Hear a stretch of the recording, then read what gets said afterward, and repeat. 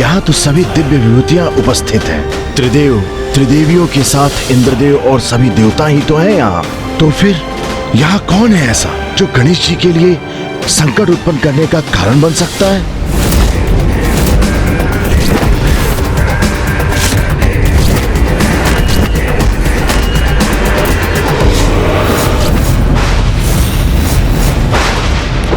उत्तर चाहिए मुझे ज्ञात करना है कि मैं किन का अंश हूं।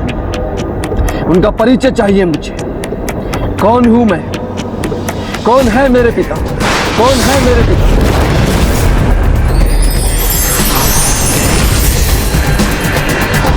माता! माता!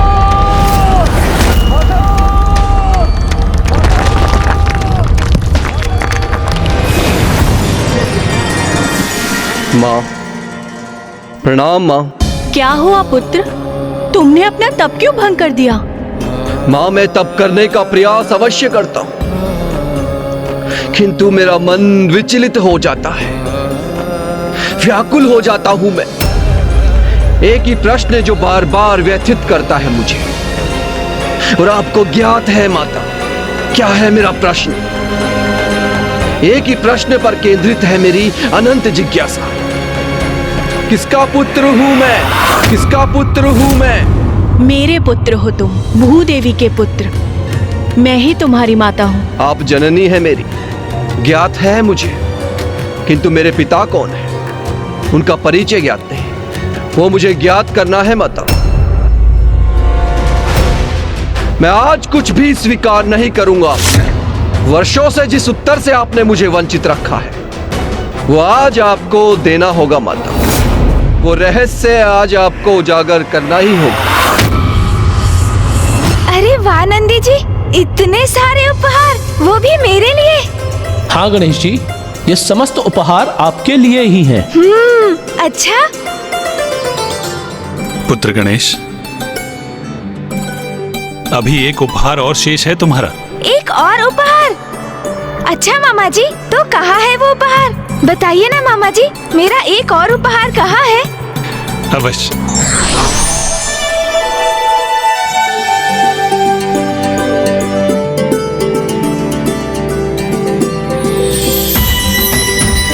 शंख?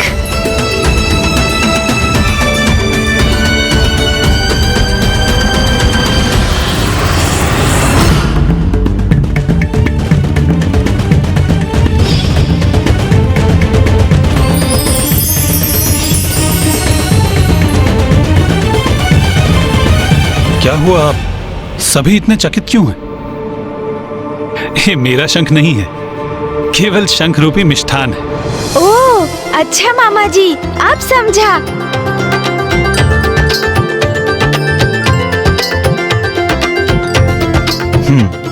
लाइए, दीजिए मामा जी।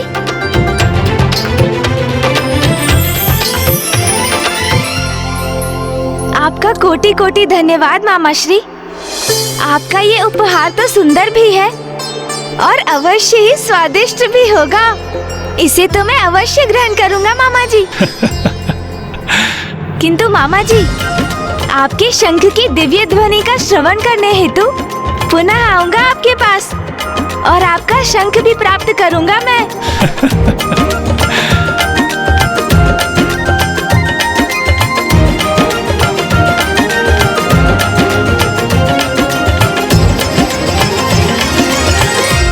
माता, क्या आपको ये ज्ञात नहीं? जब तक मैं अपने पिता से भेंट कर संतुष्ट नहीं होऊंगा, इसी प्रकार अशांति की ज्वाला में झुलसता रहूंगा मैं। उचित है फिर, यदि आपको मेरी माँ, मेरी जननी होकर भी मेरी पीड़ा का आभास नहीं, यदि आप नहीं देख पा रही हैं कि कितनी अधिक पीड़ा और कितने अधिक कष्ट में हूं मैं, फिर आपसे ये प्रश्न पूछने का कोई लाभ नहीं माता।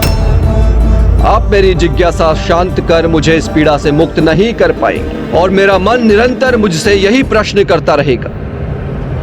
तो इस प्रकार तड़प तड़प कर जीने से कहीं श्रेष्ठ है कि मैं अपने प्राण त्याग दूं। अब यही एकमात्र उपाय है मेरे समक्ष माता। अब और नहीं सहूंगा मैं ये कष्ट, अब जीवित ही नहीं रहूंगा मैं।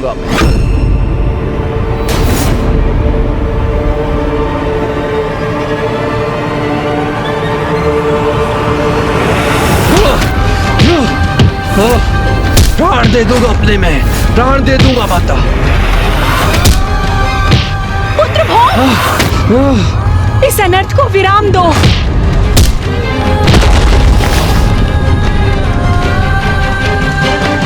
स्वयं को दंडित करने में भी सक्षम नहीं हूं मैं।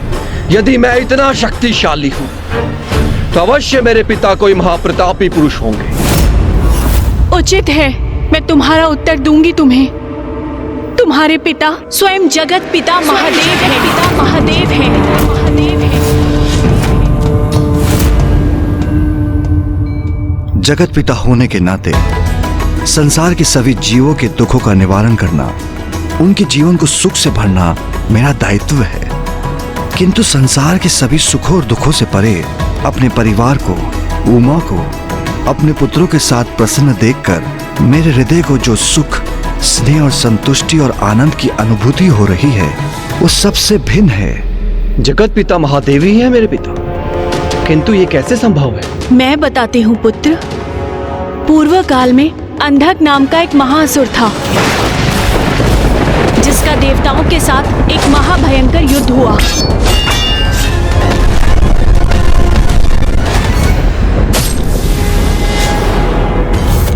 अंधक की दुष्टता को देखकर महादेव अत्यंत क्रोध में थे, जिसके कारण उनके मस्तक पर श्वेत की एक बूंद छलछला गई और वो एक बूंद जब नीचे गिरी तो उसकी अद्भुत ऊर्जा से एक नवीन जीवन का आरंभ हुआ। और जब मैंने उस नन्हे शिशु को अपने हाथों में उठाया तो वो क्रोधपूर्ण रुदन कर रहा था, क्योंकि महादेव के क्रोध से उत्पन्न स्वेद की बूंद से उसका जन्म हुआ था। महादेव द्वारा अंधकासुर के वध के उपरांत मैंने उन्हें इस संपूर्ण घटना का विवरण दिया। प्रणाम महादेव। मैं पृथ्वी हूँ। इस सृष्टि के सभी जीवों का जन्म मुझ पर ही होता है, इसलिए एक प्रकार से मैं उनकी जननी तो हुई, किंतु मेरा दुर्भाग्य देखिए कि मेरी अपनी कोई संतान नहीं। किंतु आज संयोगवश आपके श्वेत की जो बूंद मुझ पर गिरी, उसने इस बालक का रूप ले लिया। महादेव, मुझ पे कृपा करें। आप उसे मेरे पुत्र के रूप में भेंट दे दीजिए।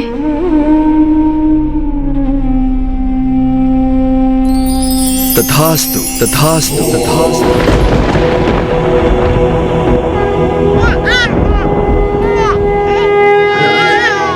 देवी पृथ्वी आज से तुम्हारा पुत्र कहलाएगा और तुम्हारे नाम से जुड़कर इसका नाम होगा भौम, भौम, भौम।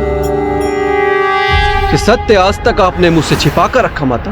तुम मेरे पुत्र हो, मैंने तुम्हारा पालन पोषण किया है।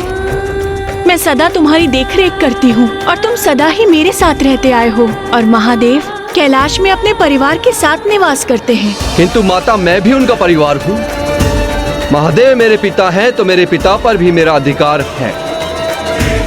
उनका स्नेह प्राप्त करने का अधिकार है मुझे, और उन्हें भी अपने इस पुत्र का परिचय प्राप्त करने का पूर्ण अधिकार है। पुत्र भौम, स्वयं महादेव तुम्हारे पिता हैं। इस सत्य को आत्मसात करना सरल नहीं, इसीलिए इसे समझने के लिए उचित समय लेना, उसके पश्चात ही कुछ करना।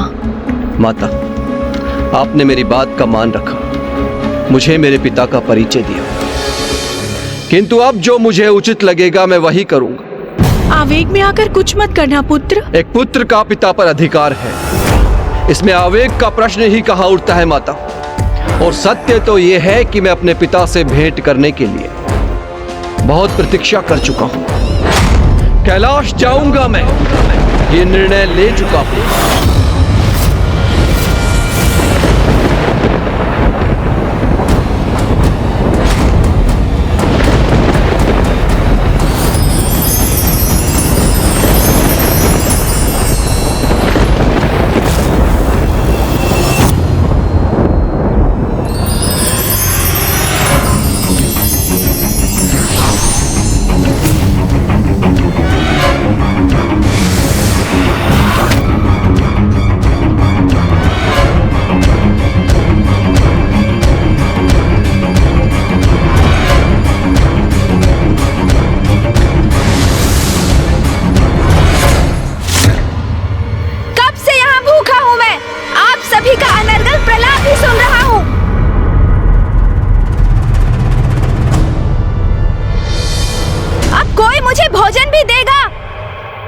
अथवा बस भोजन को घूर घूर कर ही अपनी भूख शांत करनी होगी मुझे।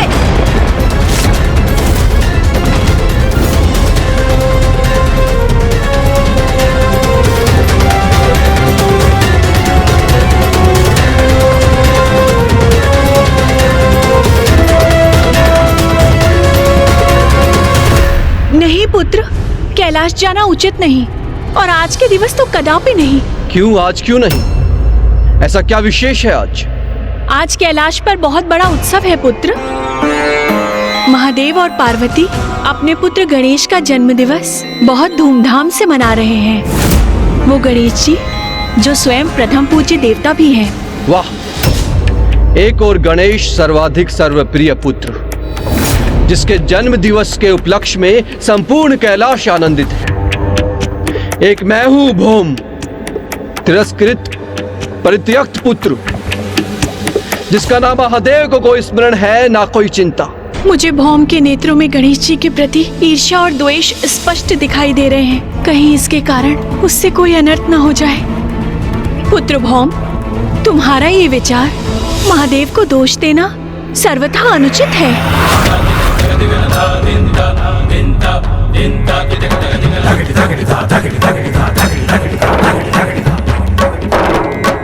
पुत्र भौम के तन से उत्पन्न ऊर्जा से समीप के सभी प्राणी प्रभावित होते हैं और वो उग्र हो उठते हैं। और अब जब वो गणेश जी के प्रति क्रोध और घृणा के भाव को अपने भीतर लेकर कैलाश गया, तो कहीं उसका कोई प्रतिकूल प्रभाव न हो, गणेश जी को कोई क्षति न पहुंचे। पुत्र गणेश,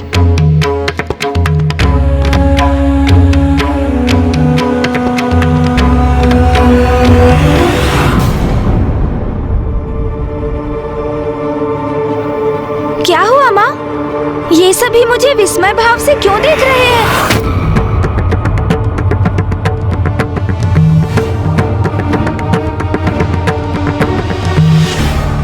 अवश्य क्षणिक भावावेश था गणेश का, जो पल भर में उमड़कर मिट भी गया और अब उसे स्मरण भी नहीं है। सब कुशल है। हम सभी से बहुत बड़ी भूल हुई,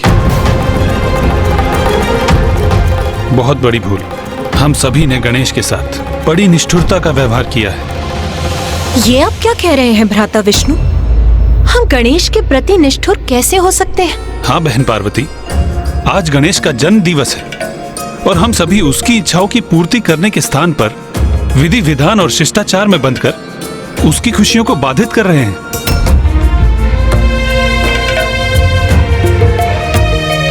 जो भी विधि विधान है वह अवश्य पूर्ण होंगे, किंतु हमें गणेश को उसके भोजन से वंचित नहीं रखना चाहिए।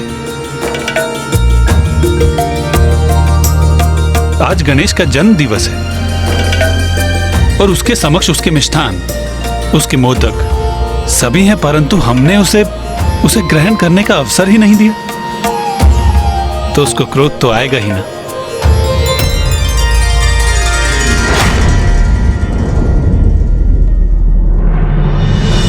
उचित कह रहे हैं भ्राता विष्णु। भूख तो साधारण जीवों के हृदय में क्रोध जागृत कर देती है, तो फिर गणेश का क्रोधित होना तो स्वाभाविक ही है। आप उचित कह रहे हैं भ्राता विष्णु। भूल मुझी से हुई है। मुझे सर्वप्रथम उसे भोजन कराना चाहिए था। हाँ माँ, मुझे अत्यंत भूख लगी है, जो आपके हाथों से मोदक खाकर ही तृप्त होगी। आप मुझे खिलाएंगी ना माँ? खिलाइए ना माँ।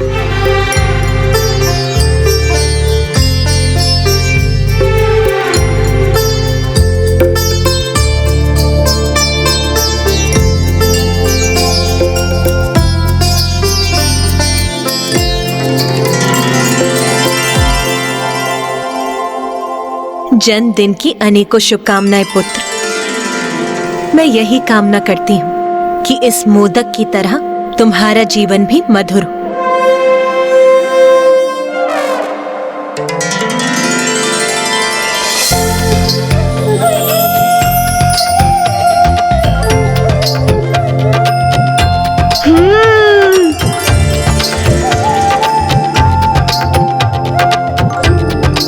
अति स्वादिष्ट।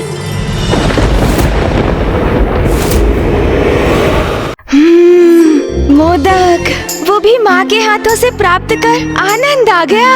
आहा, पिताश्री, माँ ने तो मुझे इस उत्सव से चकित किया है और भैया ने मेरी रुचि के अनुसार यहाँ की सज्जा की है। किंतु आप मुझे कोई उपहार नहीं देंगे क्या पिताश्री? सर्वथा उचित प्रश्न किया है गणेश ने। कहिए महादेव, आप अपने पुत्र के जन्म दिवस पर कोई उपहार नहीं देंगे?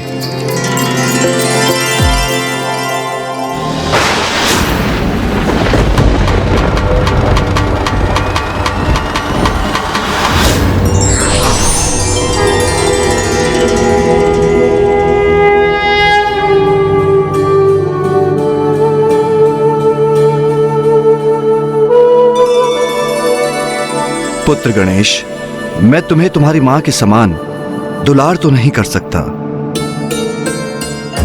मैं तुम्हें तुम्हारे भ्राता के समान तुम्हारी सभी नटखट क्रीड़ाओं में भागीदार भी नहीं बन सकता। किंतु एक पिता होने के नाते मैं तुम्हें अपनी दृष्टि दे सकता हूं। एक पिता की दृष्टि जो सदैव तुम पर बनी रहेगी। अपना श्रवण दे सकता हूं, एक पिता का श्रवण जो सदैव तुम्हारा स्वर सुनेगा। मैं तुम्हें अपनी वाणी दे सकता हूं, एक पिता की वाणी जो सदैव तुम्हारा मार्गदर्शन करेगी। मैं तुम्हें अपनी भुजाएं दे सकता हूं, एक पिता की भुजाएं जो सदैव तुम्हारी रक्षा करेंगी, अपना संरक्षण करने हेतु तुम्हें अपने भीतर भर लेंगी। मैं तुम्हें अपने कंधे दे सकता हूं, एक पिता के कंधे जो सदैव तुम्हारा दायित्व का बोझ उठाने में सहायक बनेंगे।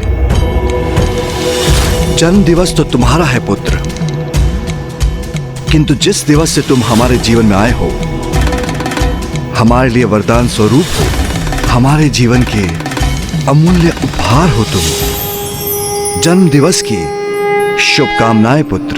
कर्पूरगारं करुणावतारं संसार सारं भुजगेन्द्रहारं सदा वसन्तं हृदयारविन्दे भवानी सहितं नमामि।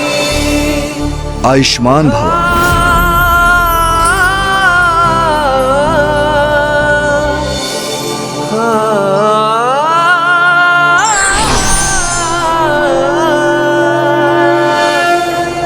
पुत्र गणेश, लो अपना उपहार स्वीकार करो।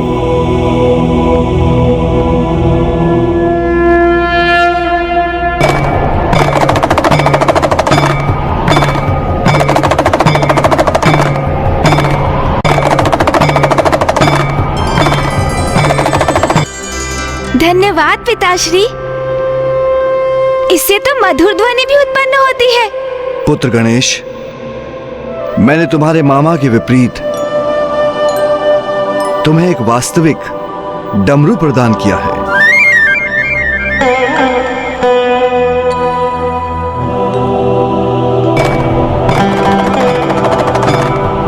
नाथ, आज तो मैं बहुत प्रभावित हूँ। आपने तो इस उत्सव के आनंद को और भी बढ़ा दिया। उमा, एक पिता के लिए इससे आनंद की बात क्या हो सकती है कि उसकी संतानें आनंदित है।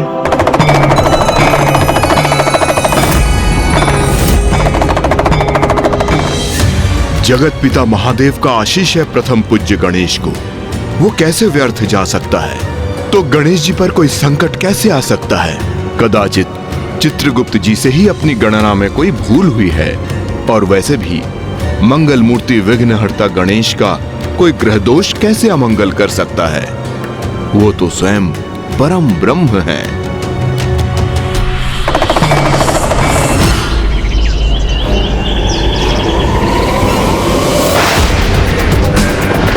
एक पुत्र के जन्म दिवस का उत्सव दूसरे को अलगाओ। मैं भी महादेव का पुत्र हूँ। विनती से अथवा शक्ति से अपना अधिकार तो मैं लेकर ही रहूंगा।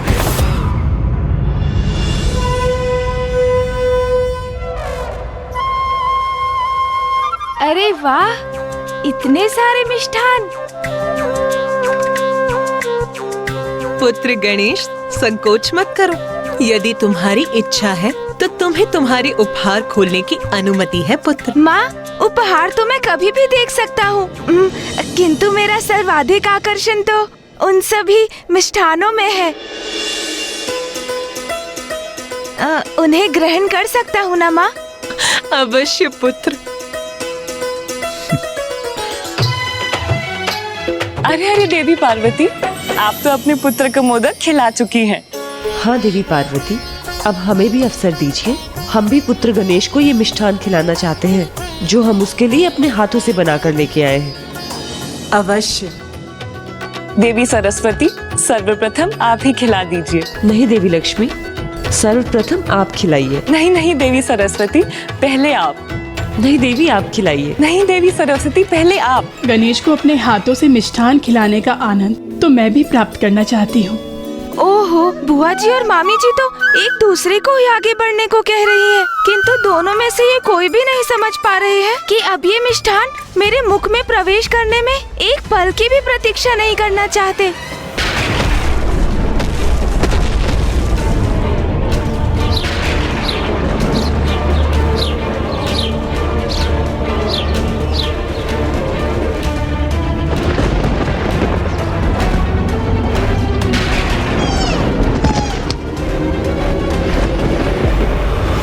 पुनः वैसा ही योग प्रस्तुत होने जा रहा है जिस योग में प्रथम पूज्य गणेश जी का शीश धड़ से विलग हुआ था। कुछ भी हो, मुझे अभी माता पार्वती को बताना ही होगा।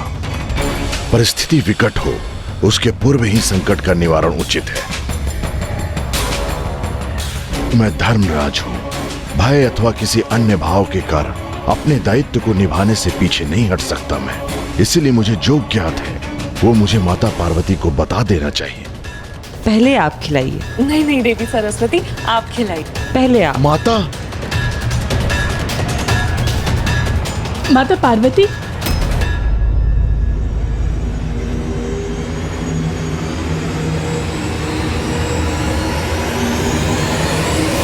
माता लक्ष्मी और माता सरस्वती को समझाइए ना कि वो शीघ्र निर्णय लें, क्योंकि मैं भी गणेश जी को अपने हाथों से मिष्ठान खिलाने के लिए ललायित हूँ। मुझे भी अवसर प्राप्त होना चाहिए। अवश्य देवी शची।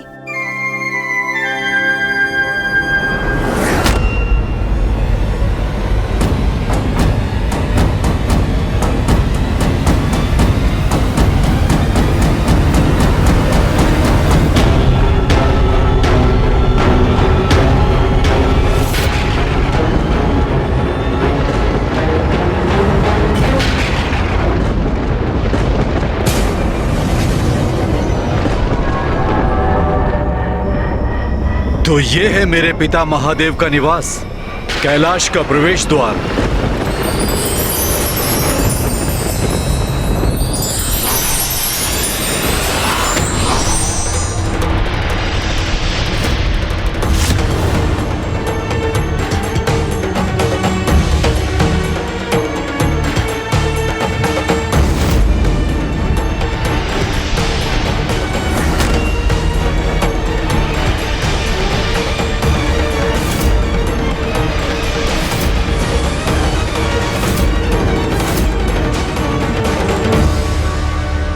पुत्र गणेश, देवी शची कितने स्नेह से तुम्हें अपने हाथों से मिष्ठान खिलाना चाहती हैं, और तुम उन्हें उसका अवसर ही नहीं दे रहे हो।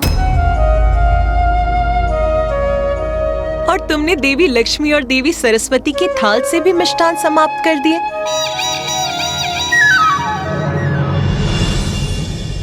मुझे क्षमा कीजिए, मैं स्वयं को रोक नहीं सका माता। अब मुझे अपने हाथों से मिष्ठान खिलाइए माता।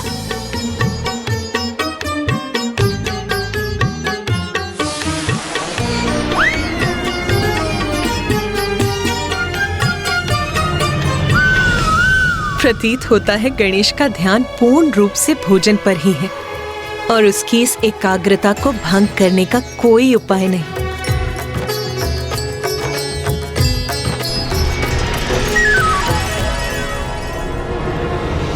गणेश जी भोजन में व्यस्त है। यह अच्छा अवसर है, माता पार्वती को सावधान करने का उत्तम अवसर है ये। माता,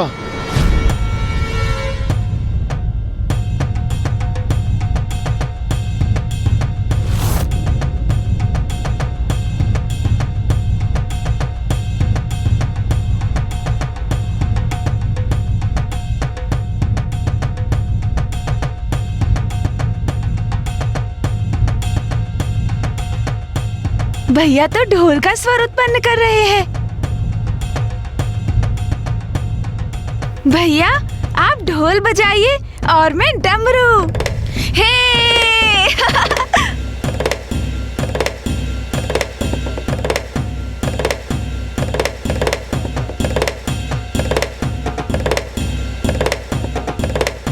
दोनों महादेव पुत्रों की जुगलबंदी तो बड़ी ही आनंददायक होगी।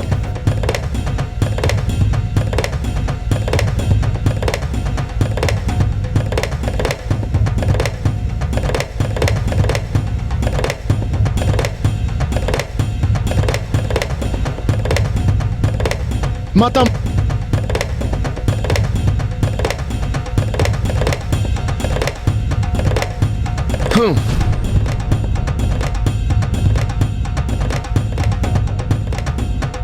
आज मेरे अनुज गणेश का जन्म दिवस है।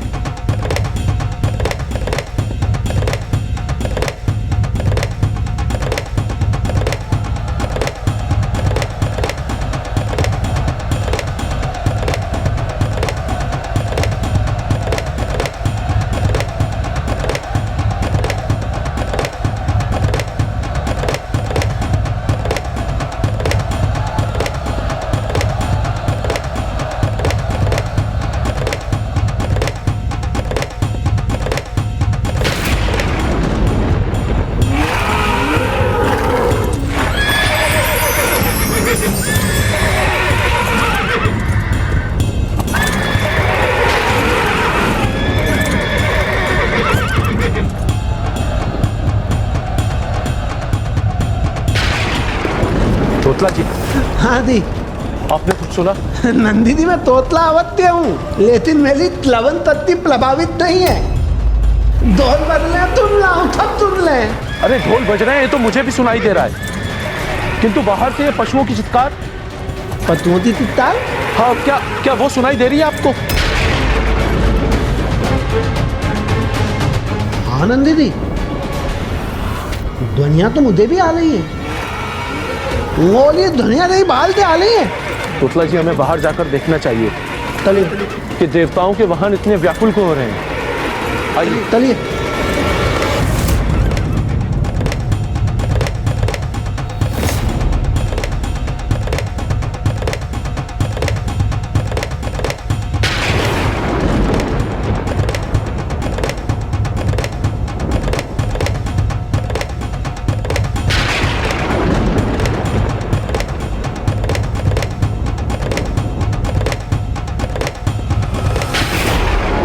मेरे पिता का निवास कैलाश मेरा भी निवास है।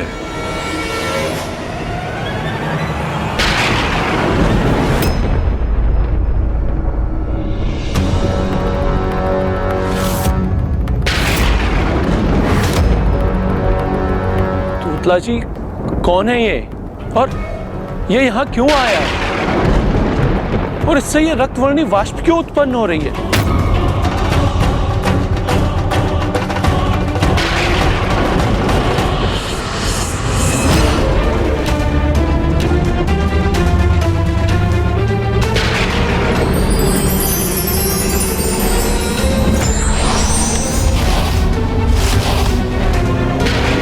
कौन हो तुम?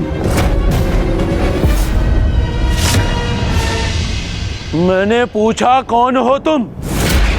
सुना नहीं क्या तुमने? श्रवण शक्ति क्षीण हो गई है क्या तुम्हारी? कहां जा रहे हो, कुछ ज्ञात भी है तुम्हें? मैं भौम हूं। हाँ तो दामू क्या चले? ये महादेव के गण हैं, इतने अहंकारी और असभ्य। शिष्टाचार का तो जैसे इन्हें लेस मात्र ज्ञान ही नहीं है। भौम हो तो हो गए, उससे हमें क्या? नाम के आगे भी कोई परिचय है तुम्हारा तो दो हमें। मैं भौम महादेव पुत्र हूँ, उनसे भेंट करने आया हूँ।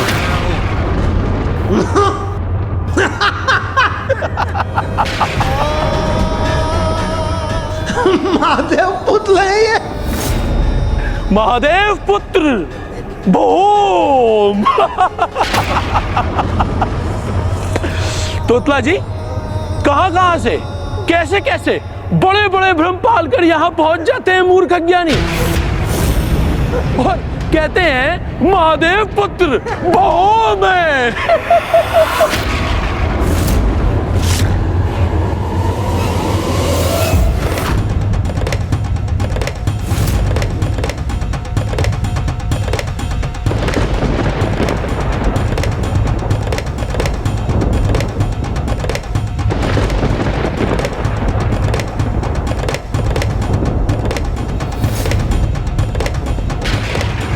ये क्या कर रहा है गणेश? उसने अपने डमरू के नाद को इतना क्यों बढ़ा दिया? ना मैं मूर्ख हूं, ना अज्ञानी, और सत्य तो वही है जो माता ने मुझे बताया, किंतु ये गण धृष्ट और अशिष्ट अवश्य हैं। कभी दर्पण में मुख देखा है अपना? कहाँ मेरे प्रभु महादेव? उनके पुत्र देव सेनापति कुमार कार्तिकेय और प्रथम पूज्य गणेश जी, और कहाँ तुम?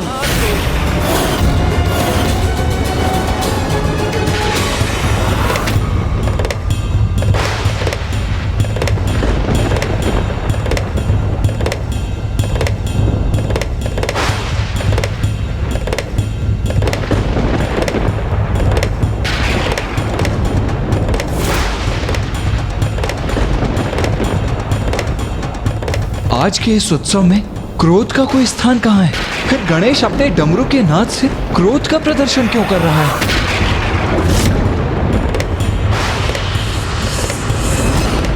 मैं भी महादेव का ही पुत्र हूँ।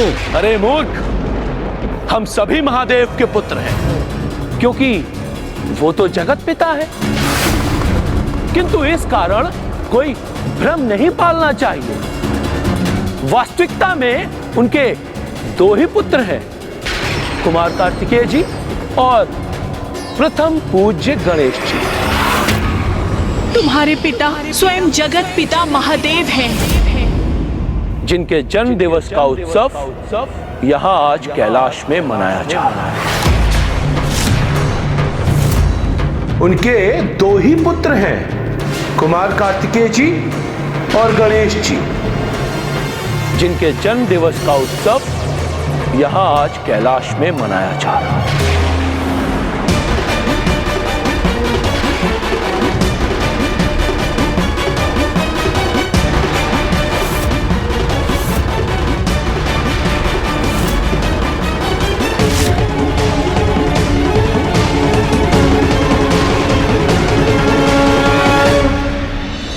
चलो प्रस्थान करो यहां से। महादेव के दर्शन के लिए तो यहां अनेकों भक्त आते हैं, तुम भी आ जाना। उत्सव संपन्न होने के पश्चात अभी वो अपने पुत्र के साथ व्यस्त है। तुम दोनों समझने के लिए तैयार क्यों नहीं हो? मैं भी महादेव का ही पुत्र हूं, किंतु जो सत्य है वो समझने के लिए कभी ना कभी तुम्हें विवश होना पड़ेगा। और महादेव को भी यदि अभी उनसे भेंट कर अपना परिचय दे सका तो उचित है, अन्यथा अन्य रूप धारण कर सत्य उनके समक्ष अवश्य आएगा। कैलाश जैसे पवित्र स्थान पर असत्य को सत्य कहने की धृष्टता करते हुए लज्जा नहीं आती तुम्हें? तुम यहां से जाते हो, अन्यथा मैं तुम्हें यहां से जाने के लिए विवश करूं।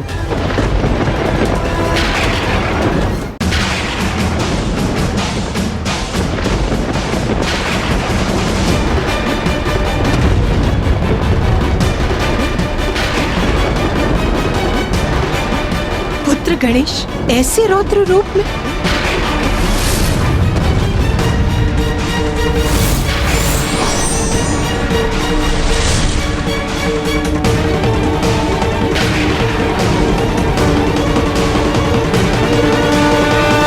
मेरा यहाँ किसी से युद्ध करने का प्रयोजन नहीं, किंतु पुत्र का पिता से भेंट करने की इच्छा रखना कोई अपराध तो नहीं,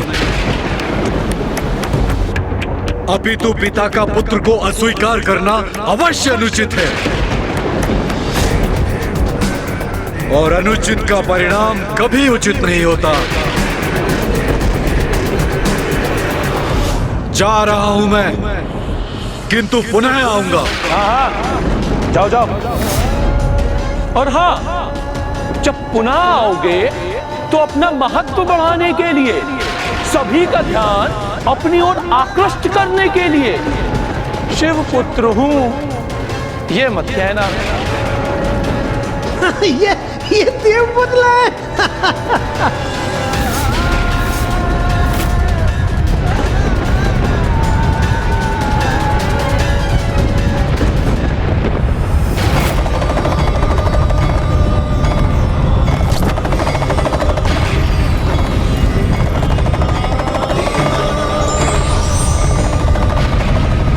एक पुत्र को अपने वक्ष से लगाकर उस पर सारा स्नेह न्यौछावर कर बहुत आनंदित हो रहे ना आप महादेव। इतना बड़ा भेदभाव कि एक अन्य पुत्र को पूर्ण रूप से भुला बैठे हैं आप। नहीं, बहुत बड़ा अन्याय है ये, किंतु शीघ्र ही आपको इसका उचित न्याय प्राप्त होगा। अपने इस पुत्र को दुख दिए है ना आपने, जो आपके आनंद का स्रोत है, तो उसका दुख भी देखना और सहना होगा आपको महादेव। जा रहा हूं मैं।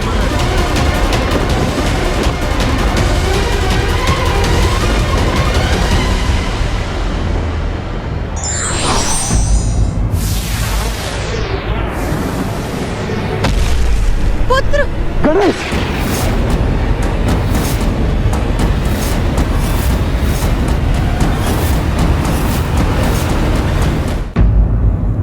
यह अचानक क्या हो गया था मुझे? ऐसा लगा जैसे किसी प्रबल शक्ति ने वश में कर लिया हो। और वो आगंतुक तो मात्र महादेव से भेंट करना चाहता था, उनके दर्शन करना चाहता था। फिर मैंने इतनी निष्ठुरता का व्यवहार क्यों किया उसके साथ? क्या उसके प्रति हमारा आचरण उचित था? तोतला जी, समझ में नहीं आ रहा है कि अकारण ही मैं इतना उत्तेजित क्यों हो गया। हाँ नंदीदी, मुझे भी तो देता ही प्रतीत हुआ देते। तिथि ने मुझे अपने बत में तल लिया था, किंतु अब दो भी हुआ, ओ दिया तो ओ दिया। तलिए तलिए अब बीतल तलिए।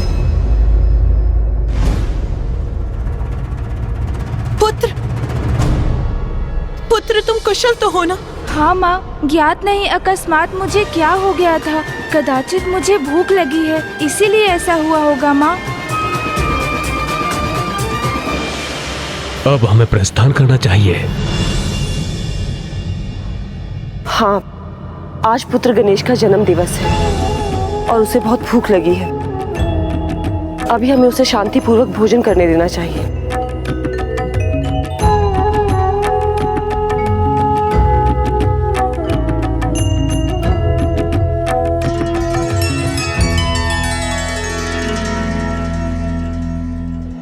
अब तो सभी देवी देवता प्रस्थान कर रहे हैं, यही उचित अवसर है। उनके प्रस्थान करने के पश्चात मैं माता पार्वती को अवश्य कह दूंगा। नाथ, आपने शांत रहकर माता पार्वती से कुछ ना कहकर उचित ही किया। देखिए ना, माता पार्वती महादेव कितने प्रसन्न हैं।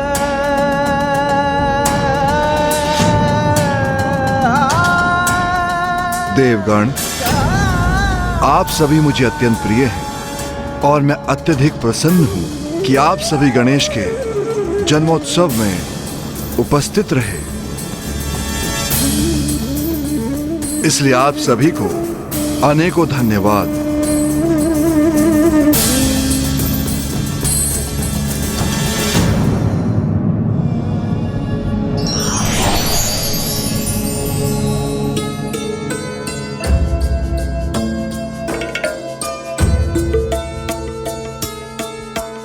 यमराज, आपको ज्ञात है कि मुझे सर्वाधिक प्रिय कौन है? जो सर्वाधिक प्रिय देवता हैं और जो मेरे हृदय के सबसे निकट है, वो हैं आप। मैं महादेव? हाँ, कभी कभी जो नैतिक दृष्टि से उचित प्रतीत होता है और जो हमारा दायित्व है, उसमें विरोधाभास होने के कारण एक बड़ा अंतर्द्वंद उत्पन्न होता है। किंतु आप मुझे सर्वाधिक प्रिय इसलिए हैं क्योंकि आप तो धर्मराज हैं। आप तो सदैव अपने धर्म और कर्तव्य पर अडिग रहते हैं। कोई भी द्वंद आपको विचलित नहीं करता। प्रत्येक परिस्थिति में लाभ हानि की चिंता किए बिना जगत कल्याण हेतु अपने धर्म का पालन करते हुए आप मुझसे भी संघर्ष करने पर विवश हुए, किंतु आपने अपने धर्म पथ का त्याग नहीं किया। धर्म के प्रति आपकी अटूट निष्ठा के कारण ही आप मुझे सर्वाधिक प्रिय हैं।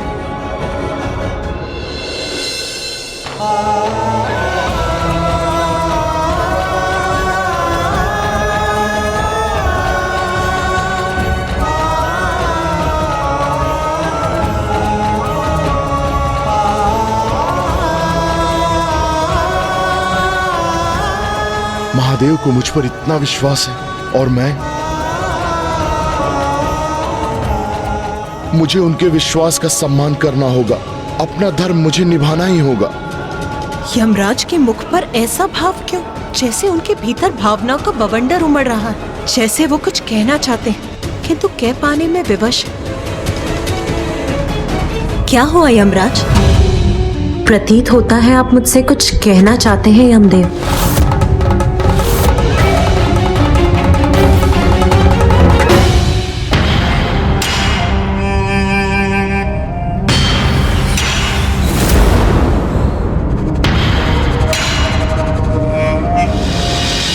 हाँ माता,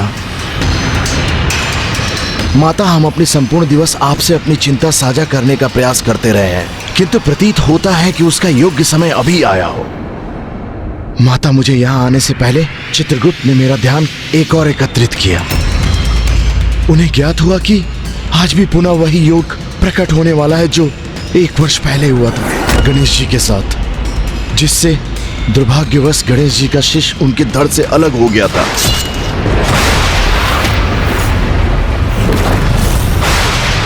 और माता, पुनः उसी योग के कारण गणेश जी का कोई बड़ा अनिष्ट होने की संभावना है। माता, आज संपूर्ण दिन मैं आपको यही दुखद सूचना देने का प्रयास कर रहा था।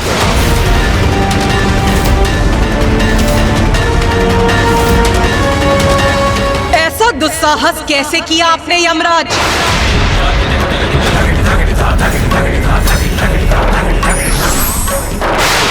कौन है आप और कौन है चित्रगुप्त?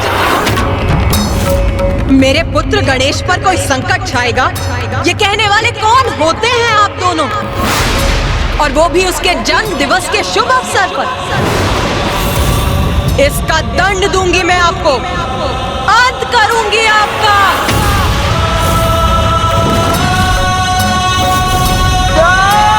नहीं।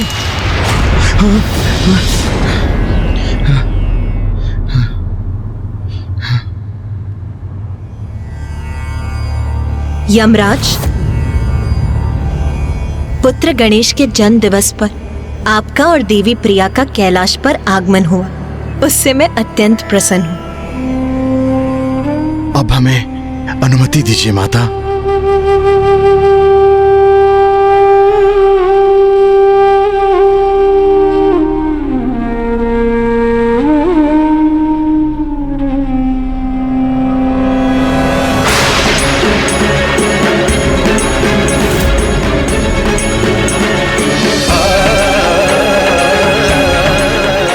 जो मैंने अपनी कल्पना की शक्ति से देखा, वो दृश्य मेरी आशंका का ही प्रत्यक्ष रूप था।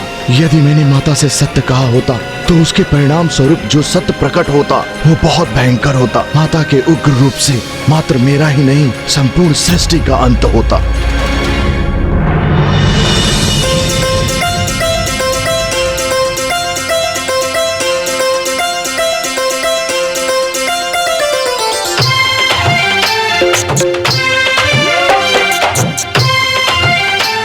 अब मैं सभी के द्वारा लाए गए मिष्ठान ग्रहण करने के लिए तैयार हूँ। माँ, बुआ जी के उपहार स्वरूप लाए गए मिष्ठान से ही आरंभ करता हूँ।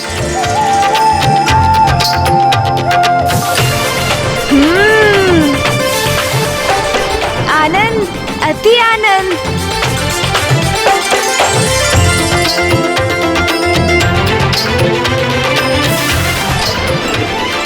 अरे वाह, ये तो अत्यंत स्वादिष्ट है।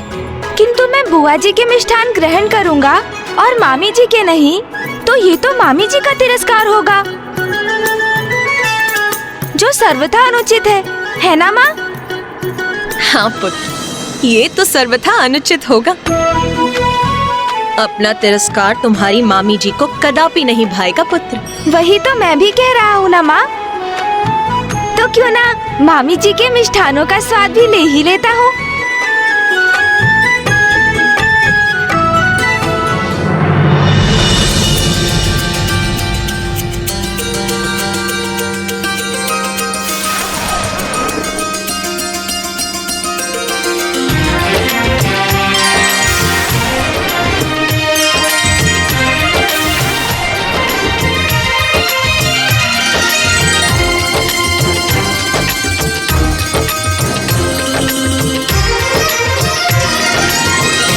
बुआ जी और मामी जी के मिष्ठान तो तुम ग्रहण कर चुके गणेश, किंतु यदि देवी शची, देवी संज्ञा एवं अन्य देवियों के मिष्ठान ग्रहण नहीं करोगे तो वो तो बहुत दुखी होंगी, है ना माँ? हाँ पुत्र, तुम तो सर्वथा उचित कह रहे हो। ना ना ना, मैं माताओं के दुख का कारण बनूं, ये मुझे स्वीकार नहीं। अब तो मुझे ये सभी मिष्ठान ग्रहण करने ही होंगे।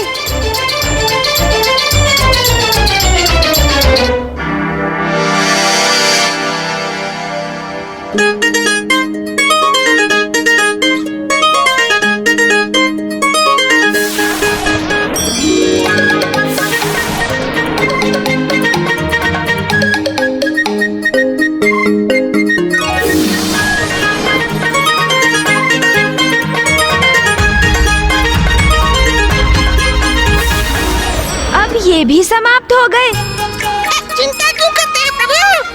कुबेर जी के मिष्ठान क्यों भूल रहे हैं आप?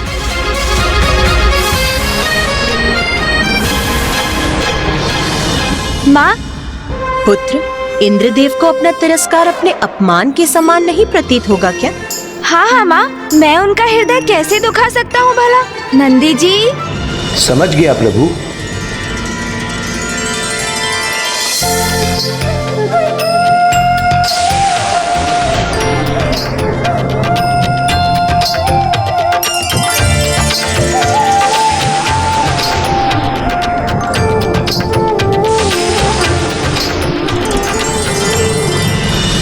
अंततः मामी जी, बुआ जी एवं अन्य माताओं द्वारा लाए गए मिष्ठान मेरे उदर में समा गए।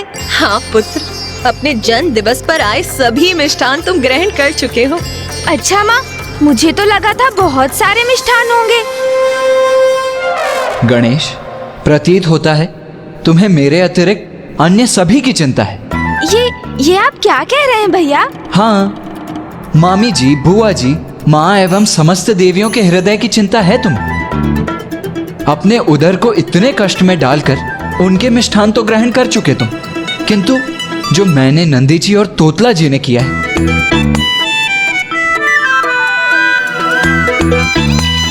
यहाँ की साज सज्जा और व्यवस्था की इतना परिश्रम किया,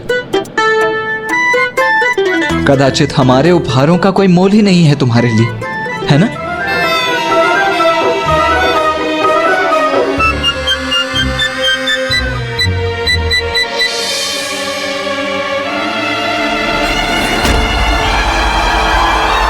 नहीं भैया, अपनों का स्नेह तो सबसे मूल्यवान होता है और मैंने सबसे उत्तम उपहारों को तो अंत के लिए बचा के रखा था।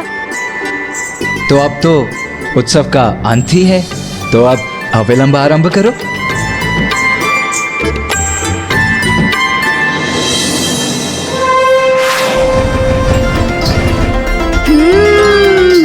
आपका स्नेह रूपी मोदक तो सर्वाधिक मधुर है भैया।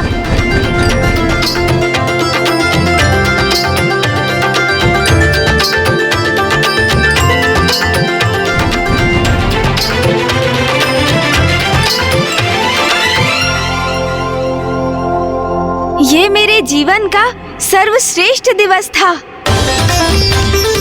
सभी से अगाध प्रेम और स्नेह पाकर मेरा हृदय तृप्त हो गया। तो मैं भी संकल्प लेता हूँ कि आज के बाद मेरे जन्म दिवस गणेश चतुर्थी पर जो भी भक्त मेरा स्मरण करेगा, मैं उसकी मनोकामना अवश्य पूरी करूँगा, उसे मनोवांछित वरदान दूंगा।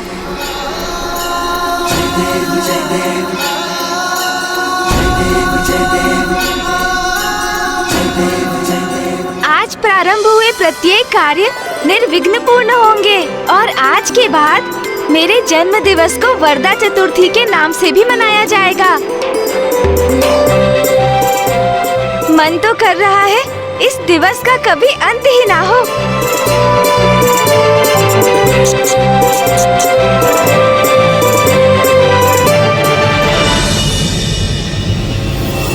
मेरे जीवन का सबसे दुखदाई दिवस रहा है ये। कितनी ख्याति सुनी थी मैंने महादेव की। जगत पिता है वो, दया और करुणा के सागर हैं वो। क्या जगत पिता अपनी संतानों के साथ ऐसा दुर्व्यवहार करते हैं? मैं तो उनसे भेंट कर अपने पुत्र होने का सम्मान प्राप्त करना चाहता हूँ। क्या वो अनुचित है माँ? यही तो मैं तुम्हें दीर्घ काल से समझाने का प्रयास कर रही हूँ पुत्र। महादेव के दर्शन पाना इतना सरल नहीं है। उसके लिए उनका सम्मान, उनका स्नेह अर्जित करना होगा। तुम्हें घोर तप करना होगा पुत्र। तप करो पुत्र, महादेव को पाने का तप करो। एक बार तुमने महादेव का स्नेह प्राप्त कर लिया, उनके हृदय में अपना स्थान स्थापित कर लिया, तो वे तुम्हें कभी नहीं ठुकराएंगे। उचित है माता। यदि उनके निकट पहुंचने का यही मार्ग है तो मैं तप करूंगा। महादेव को पाने के लिए मैं घोर तप करूंगा माता।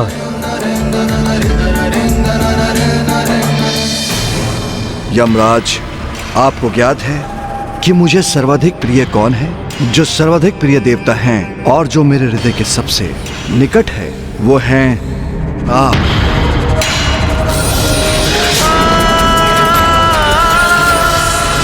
स्वामी, हमें शीघ्र चलना चाहिए। चलिए। स्वामी, अब किस विचार में खोए हैं आप? चलिए ना।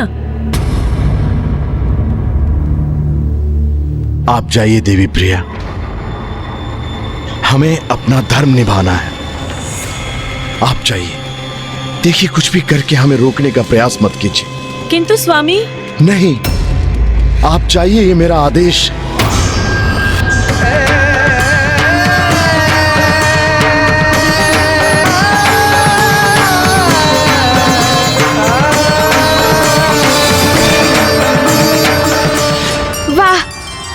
आ गया। इसे कहते हैं जन्म दिवस का भोज। अच्छा माँ, अब मैं विश्राम करने चला।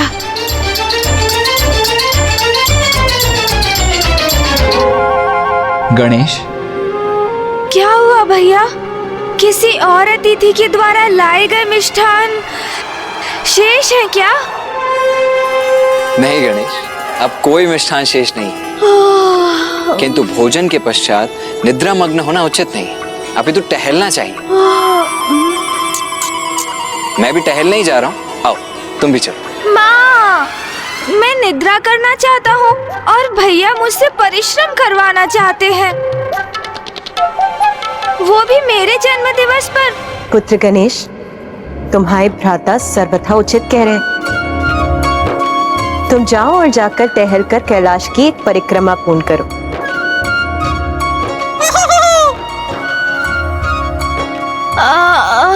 अच्छा, जैसी आपकी आज्ञा माता।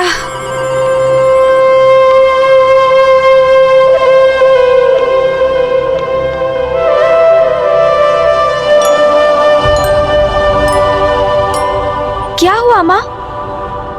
कुछ नहीं पुत्र, बस तुम्हें अपने हृदय के समीप रखना चाहती हूँ।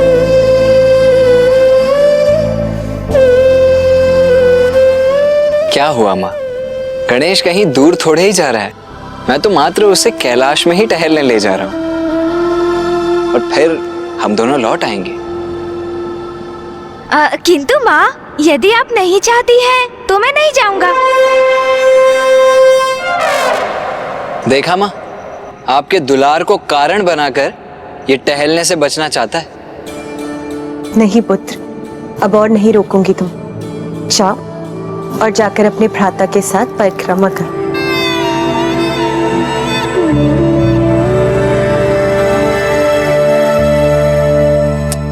चलो गणेश, आओ। माँ,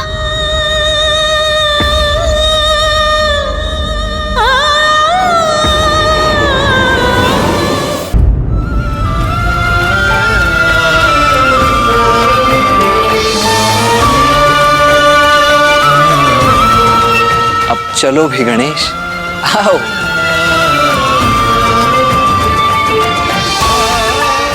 ज्ञात नहीं क्यों अपने पुत्र गणेश को लेकर मुझे अचानक विचित्र सी आशंका हुई। नहीं, गणेश का जन्म दिवस है, इसीलिए मैं इतनी भावुक हो रही हूँ। मेरा पुत्र विघ्न हरता है, तो भला उस पर कोई संकट कैसे आ सकता है?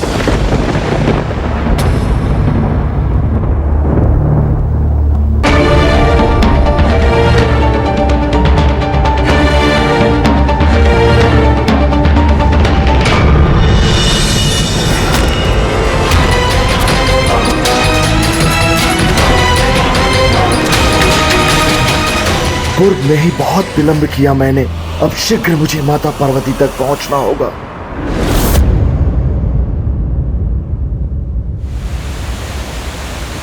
चलते समय गहरी श्वास लेते रहो गणेश। टहलते समय श्वास के उचित प्रवाह से शरीर को भोजन के पाचन में सहायता प्राप्त होती है। तो तुम श्वास ले रहे हो ना गणेश?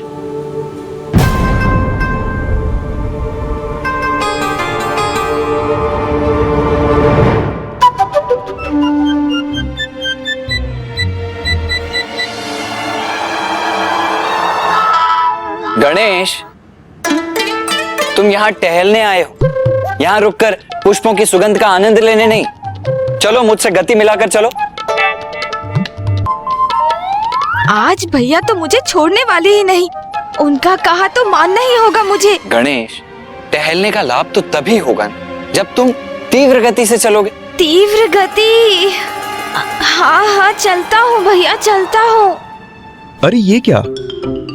गणेश जी का उदर इतना विशालकाय हो गया है कि जिस कारण से वे उचित प्रकार से चल तक नहीं पा रहे हैं। मिष्ठान का आनंद ऐसा होगा। उचित है भैया, मैं तीव्र गति से ही चलता हूँ फिर। चलो।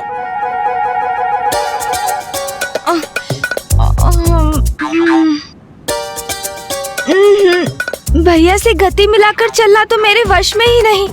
कदाचित भैया को ही अकेले आगे जाने देने का उपाय सोचना होगा मुझे।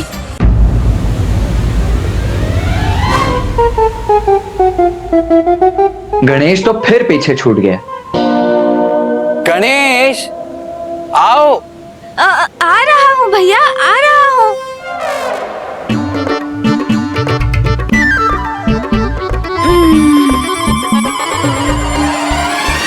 चलो। तुम्हारे साथ चलने से तो उत्तम है कि मैं अकेला ही आगे बढ़ जाऊं। आप मुझे ऐसी उलाहना क्यों दे रहे हैं भैया? अभी मैं तो आरंभ ही कर रहा हूँ ना। कुछ ही समय में अवश्य आपसे भी तीव्र वेग से आगे बढ़ूंगा। अच्छा, तो लो अपना समय और पहुंचो मुझ तक, क्योंकि मैं तो जा रहा हूँ पिताश्री के ध्यान से। अब मुझे तो ऐसे ही तीव्र वेग से टहलने का अभ्यास है, ठीक है?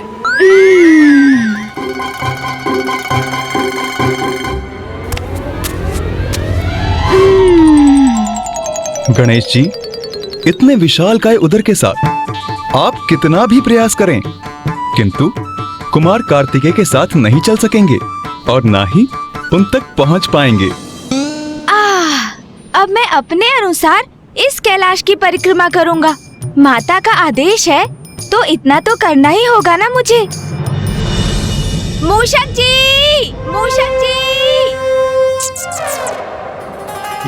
प्रभु, वो बुला रहे हैं मुझे।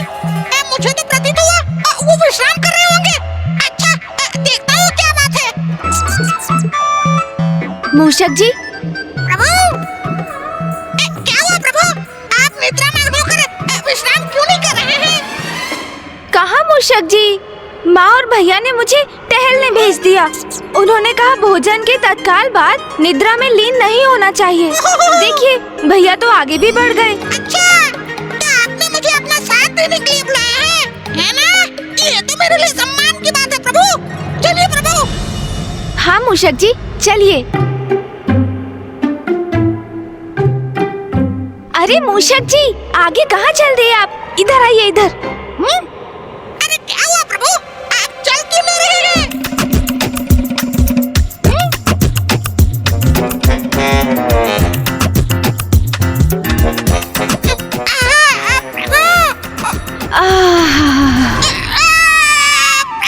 अरे साथ नहीं मूषक जी, मुझे इस परिक्रमा को समाप्त करने में सहायता चाहिए। मेरे प्रिय वाहन, अब कैलाश की परिक्रमा आप पर आरूढ़ होकर करूंगा मैं।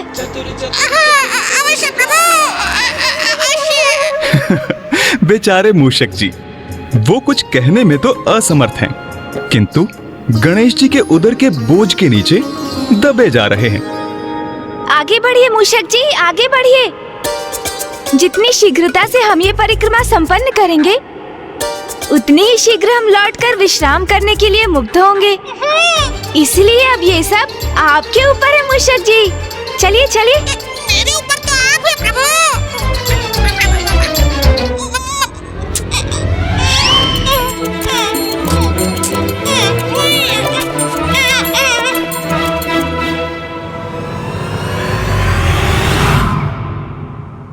माता, आपकी संध्या की पूजा का समय हो गया है। जी नंदी जी।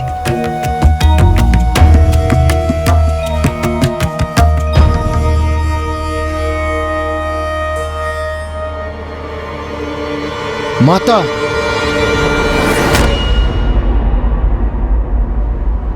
यमराज जी, आप इतने व्याकुल प्रतीत हो रहे हैं। सब कुशल तो है ना? मुझे माता से शीघ्र अतिशीघ्र मिलना है, कुछ बताना है उन्हें। किंतु माता तो संध्या की पूजा के लिए भीतर चली गईं और उनकी पूजा में व्यवधान डालना तो उचित नहीं। आप थोड़ी प्रतीक्षा कर लीजिए। वैसे भी आज की पूजा अति विशेष है। आज गणेश जी का जन्म दिवस है, इसलिए माता को एक विशेष अवधि में पूजा करनी है।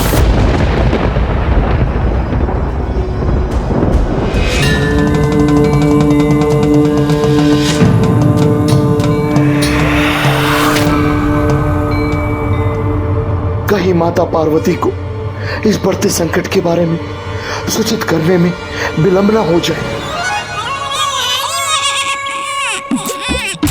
अरे अरे मूषक जी, प्रतीत होता है मेरा अति सुंदर गोलाकार उदर आपके शीश पर स्थित हो गया है। मैं थोड़ा उसका स्थान परिवर्तित कर देता हूँ।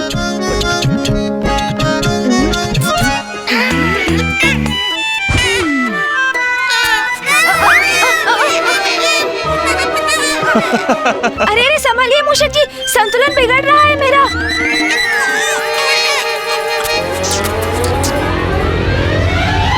गणेश जी, आपका नहीं बल्कि आपके भारी उदर के बोझ के कारण मूषक जी का संतुलन बिगड़ रहा है।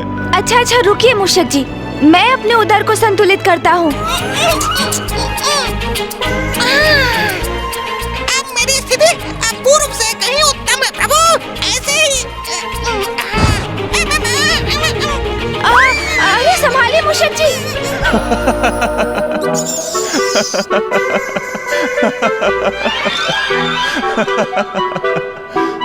मूषक जी, आप हंस रहे हैं क्या? नहीं तो प्रभु। किंतु मैं पूर्ण विश्वास के साथ कह सकता हूँ, मैंने किसी के हंसने का स्वर सुना है। गणेश जी की ऐसी अवस्था देखकर इतनी हंसी आ रही है, किंतु मुझे स्वयं पर नियंत्रण रखना होगा।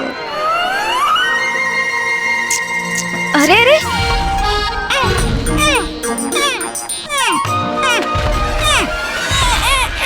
ओहो मूषक जी, हमें इस दिशा में नहीं, सीधे जाना है। अपनी इस दिशा में दिशा के ऊपर मेरा कोई नियंत्रण शेष नहीं है प्रभु। अच्छा अच्छा, तो सीधी दिशा में जाने के लिए मुझे पुनः अपना उदर व्यवस्थित करना होगा। ये तो उत्तम युक्ति है मूषक जी। देखा मूषक जी, मेरा अति सुंदर गोलाकार उदर हमारा पथ प्रदर्शक भी बन रहा है।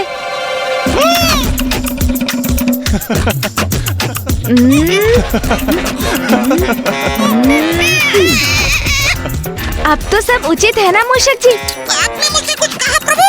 हाँ हाँ, मैंने पूछा अब तो सब उचित है ना? मैं आपका स्वर सुनने में असमर्थ हूँ प्रभु।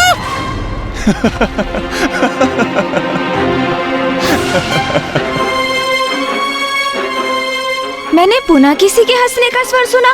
वहाँ ऊपर कौन है जो हंसे जा रहा है?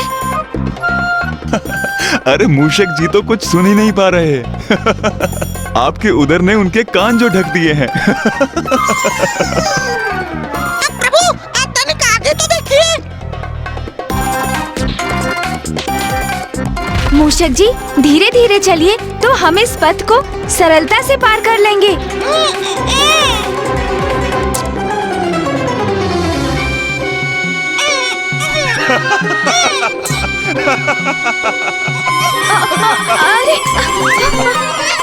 अरे अरे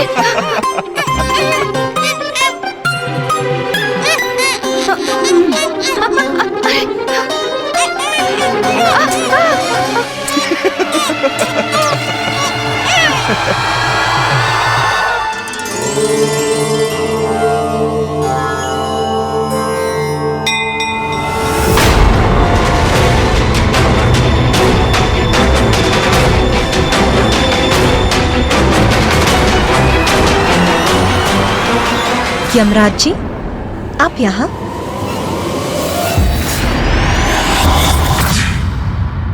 देवगण, इतनी विपदाओं का सामना करने के उपरांत गणेश जी के जन्मोत्सव के हर्ष उल्लास ने एक बार पुनः मुझे नवीन स्फूर्ति से भर दिया।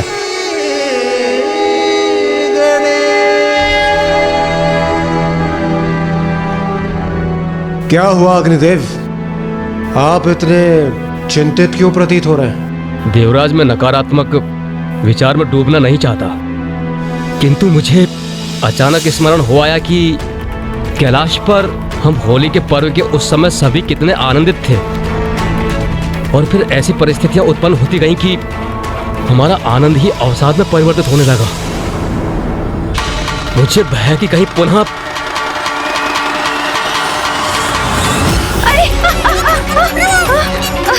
अरे मूषक जी का संतुलन तो बिगड़ रहा है, गिर रहे हैं वो।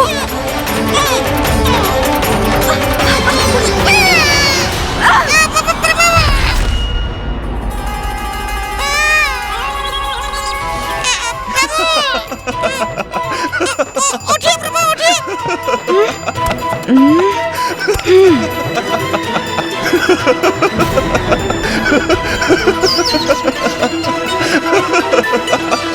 आप इस प्रकार क्यों हंस रहे हैं चंद्रदेव? यहाँ आपको इतना हास्यास्पद क्या प्रतीत हो रहा है? आप हैं हास्यास्पद। जब से आप मूषक जी पर आरूढ़ हुए हैं मैं तब से आपको देख रहा हूँ। आप अति हास्यास्पद हैं।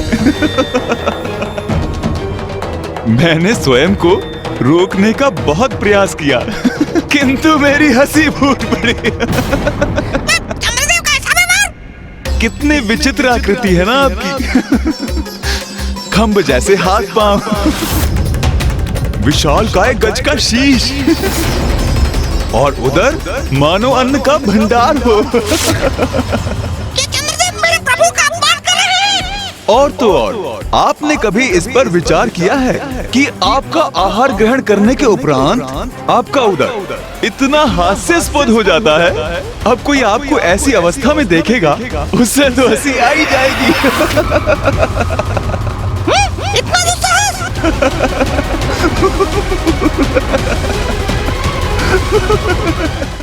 माता, मैं आपको कुछ बताने का प्रयास कर रहा था जिसे आपको ज्ञात होना अति आवश्यक है। हाँ हाँ, अवश्य बताइए। माता,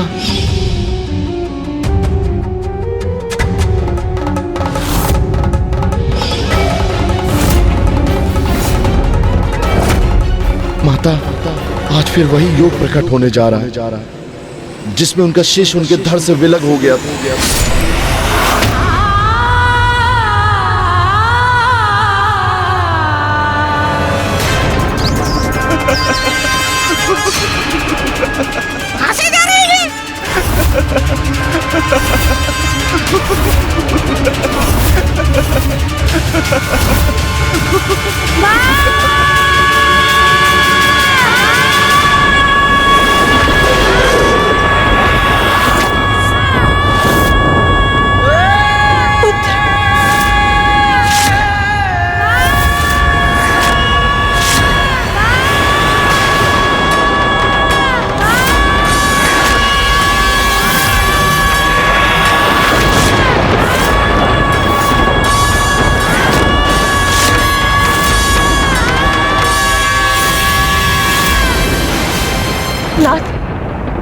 गणेश की चित्कार थी।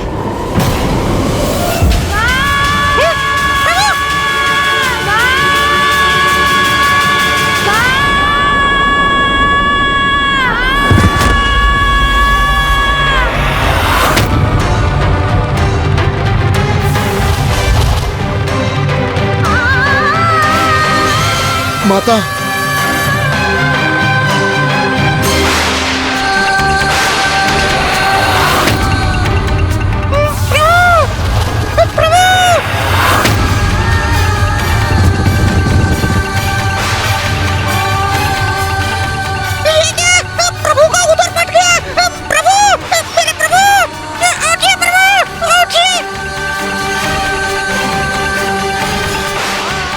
अनर्थ, घोर अनर्थ। ये क्या हो गया पार्वती नंदन गणेश जी को?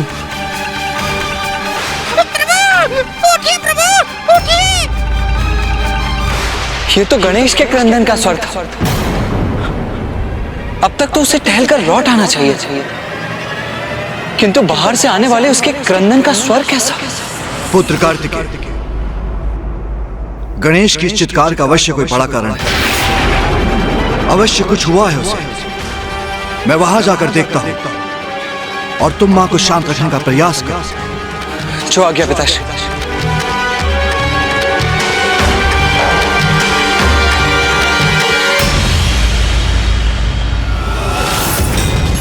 आज फिर वही योग प्रकट होने जा रहा है जिसमें उनका शेष उनके धड़ से विलग हो गया था। उठिए प्रभु, मेरे प्रभु, उठिए, उठिए प्रभु, उठिए। गणेश जी।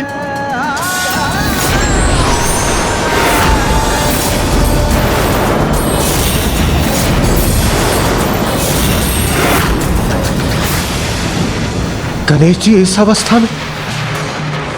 कैसा अनर्थ है ये? कैसे हुआ ये? गणेश, पुत्र गणेश, पुत्र गणेश।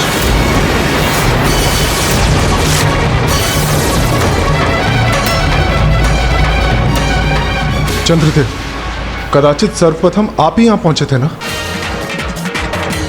तो क्या उस समय भी आप यहां उपस्थित थे जब ये अनर्थ घटित हुआ? बताइए चंद्रदेव, ये सब कैसे हुआ?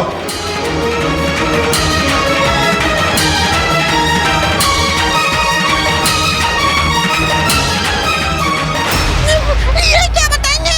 मैं बताता हूँ सूर्यदेव। ये सब चंद्रदेव के कारण ही हुआ है। हाँ, चंद्रदेव ने प्रभु का उपहास किया। कितना खाते हैं वो, ऐसा कहा उन्होंने। और चंद्रदेव की इस कुदृष्टि के कारण मेरे प्रभु का उदर फट गया।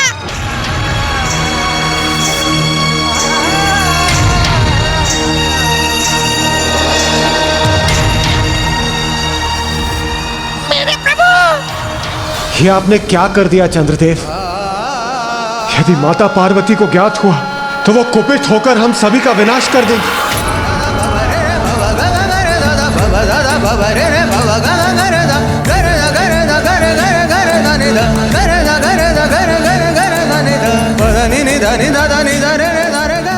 माता,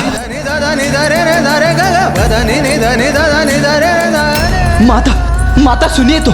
माता, मुझे ज्ञात है आप गणेश को लेकर ही व्याकुल। मैंने भी उसकी चित्कार सुनी है, किंतु मुझे विश्वास है वो पूर्ण रूप से कुशल ही होगा माता, क्योंकि भला उससे क्षति कोई कैसे पहुंचा सकता है। मेरी बात सुनिए माँ, मेरी बात मानिए माँ।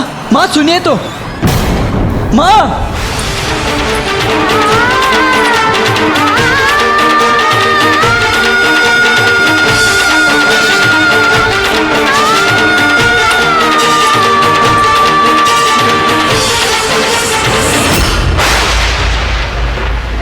पूर्व में भी जब ऐसी स्थिति उत्पन्न हुई थी, गणेश का शीश उसके धड़ से विलग हुआ था। तब देवी पार्वती अपने आवेग में किस प्रकार सबको सर्वनाश करने पर आतुर हो गई थी, ये स्मरण है ना आप सभी को?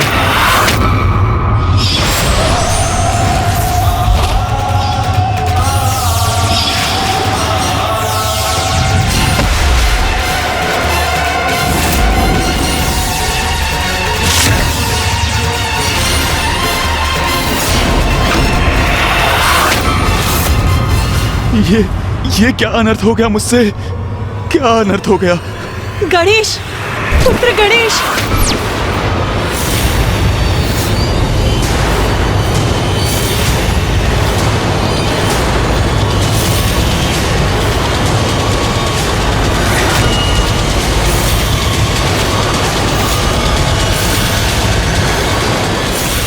माता पार्वती इसी ओर आ रही हैं। हमें उनके समक्ष नहीं पड़ना चाहिए। हमारी सुरक्षा इसी में है कि हम यहां से कहीं दूर हट जाएं।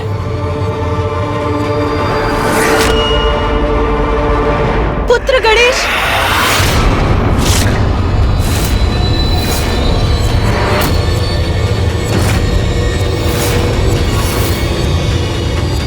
माँ सुनिए, माँ रुक जाइए। माता तो यहाँ पहुंच गई।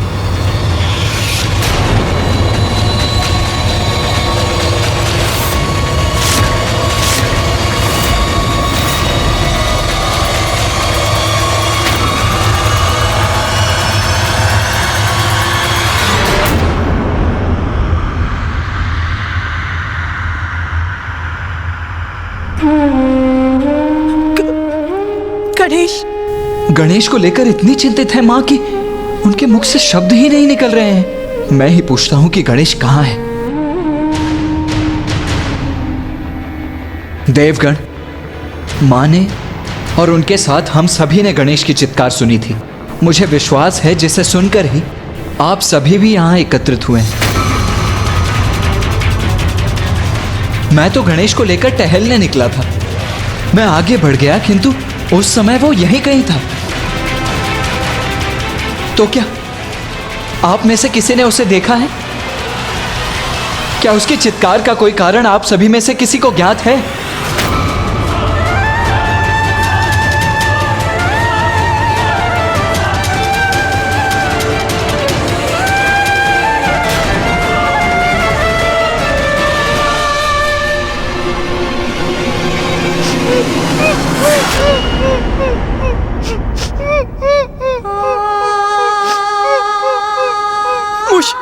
ये तो मूषक जी का स्वर है। हाँ माँ। कि तू वो रुदन क्यों कर रहे हैं? क्या है उनके विलाप का कारण?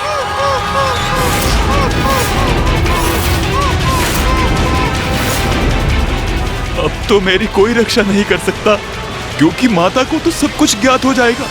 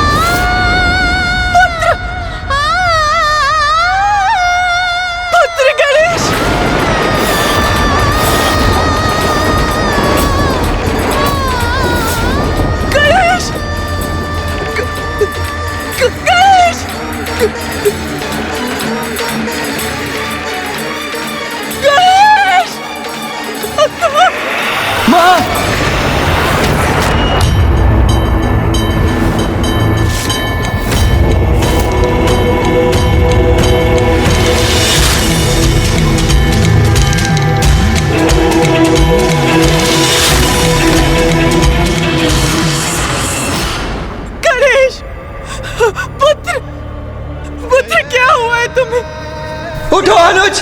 पुत्र, माँ जी, अपने नेत्र खोलो पुत्र।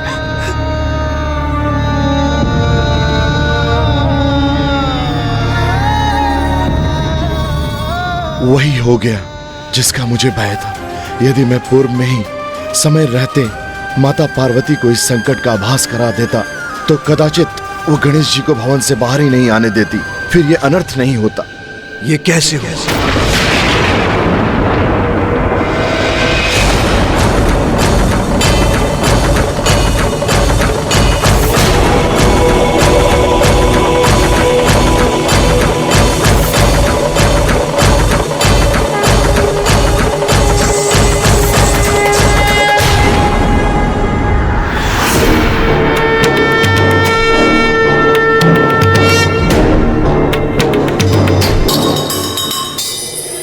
सभी तो देवी पार्वती के क्रोध को लेकर ही आशंकित थे।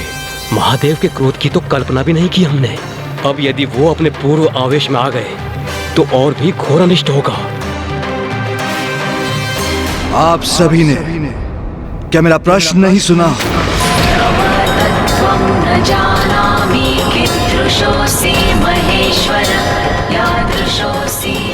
मेरे पुत्र गणेश के साथ ये कैसे हुआ?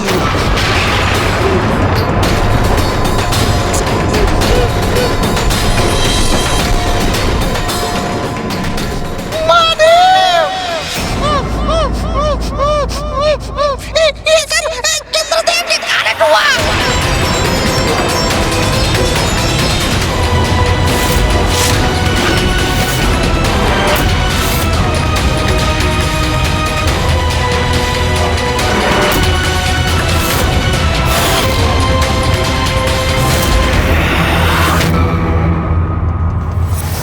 प्रभु कितना भोजन करते हैं उसका उपवास किया उन्होंने। उनके द्वेषपूर्ण कुदृष्टि के कारण ही ये अनर्थ हुआ। जब से आप मूषक जी पर आरूढ़ हुए हैं मैं तब से आपको देख रहा हूँ। कितनी विचित्र आकृति है ना आपकी। खंभ जैसे हाथ पांव, विशाल काय गज का शीश और उधर मानो अन्न का भंडार हो।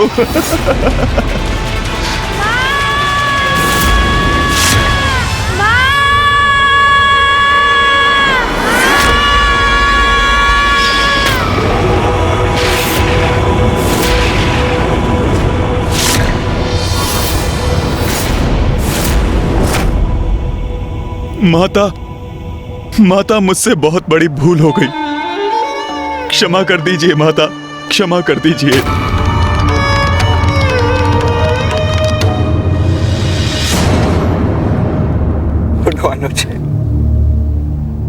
कैसे देवता है आप? क्या आपको इतना भी ज्ञात नहीं कि एक बालक को उसके भोजन के लिए नहीं टोकते, और आपने मेरे पुत्र गणेश के ही भोजन पर बुरी दृष्टि डाली, उपहास किया उसका, जिसके कारण ये अवस्था हुई है मेरे पुत्र गणेश की।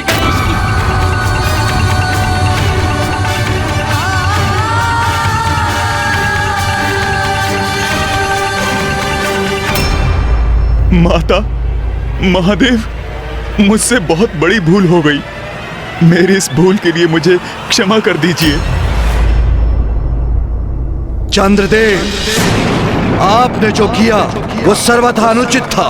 प्रभु, मैं क्षमा की भिक्षा मांगता हूँ, मुझे क्षमा कर दीजिए। क्षमा कर दूंगा आपको।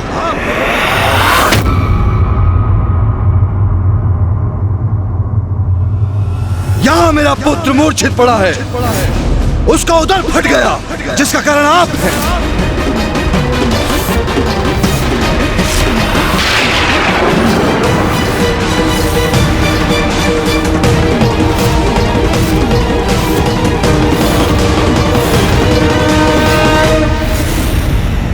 प्रभु, मैं मात्र अपने बचाव हेतु क्षमा याचना नहीं कर रहा हूं। मेरा विश्वास कीजिए, यह तो एक सरल परिहास था। मैं गणेश जी का अनिष्ट नहीं चाहता था। वे मेरे शब्दों और मेरे कारण से मूर्छित नहीं हुए। चंद्रदेव, अपनी भूल को छुपाने का प्रयास मत कीजिए। गणेश मूषक के ऊपर से अवश्य नीचे गिरा, किंतु क्या यह सत्य नहीं कि उसका उदर आपकी कुदृष्टि के कारण ही फटा है?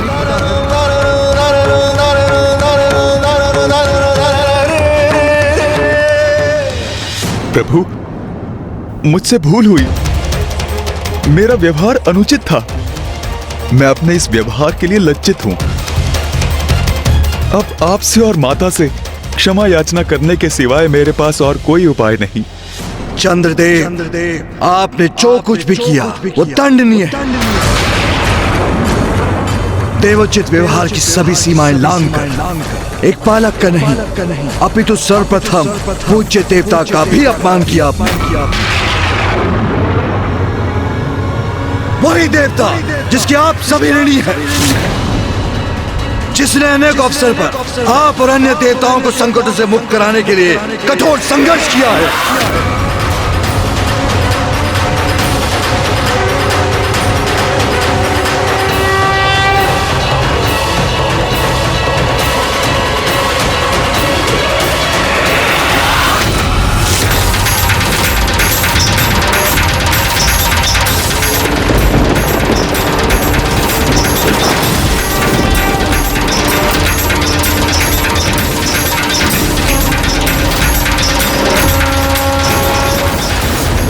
कृपया शांत हो जाइए महादेव, अन्यथा आपके क्रोध से सृष्टि में विनाश आरंभ हो जाएगा। हम आपसे निवेदन करते हैं महादेव, चंद्रदेव से ये भूल अकारण ही हुई, कृपया शांत हो जाइए। गणेश के साथ जो हुआ उसमें आपकी बहुत बड़ी भूल है।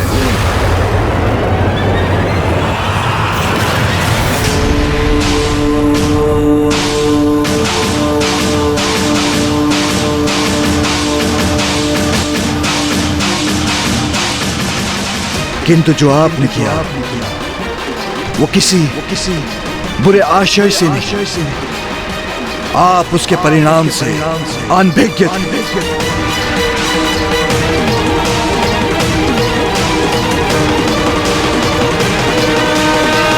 इसलिए हम आपको क्षमा करते हैं। आपको क्षमा करते हैं।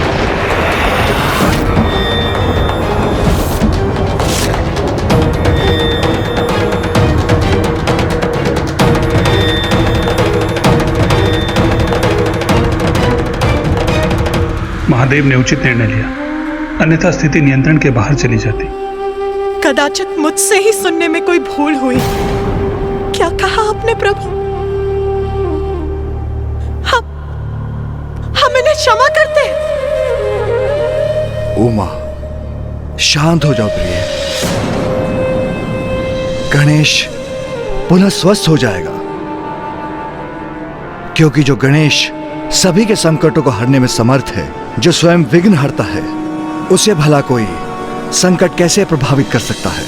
क्या आप वो नहीं देख रहे जो मेरे नेत्र देख रहे हैं? आपका पुत्र यहाँ अचेत पड़ा है, आहत है वो। कैसे पिता है आप? आपके पुत्र पर निरंतर संकट पर संकट आते रहते हैं। कभी देवताओं के कारण उसका शीश उसकी धड़ से विलग हो जाता है, तो कभी आपके परम भक्त परशुराम के कारण उसका दंत खंडित हो जाता है।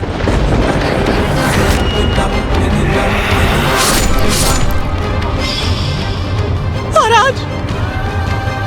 आज चंद्रदेव के कारण उसका उदर फट गया।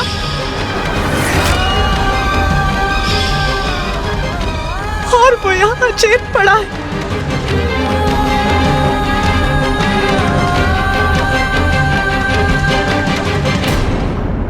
नहीं प्रभु, अपने पुत्र को बार बार इस पीड़ा में देखने का कष्ट मैं नहीं सहन कर सकती।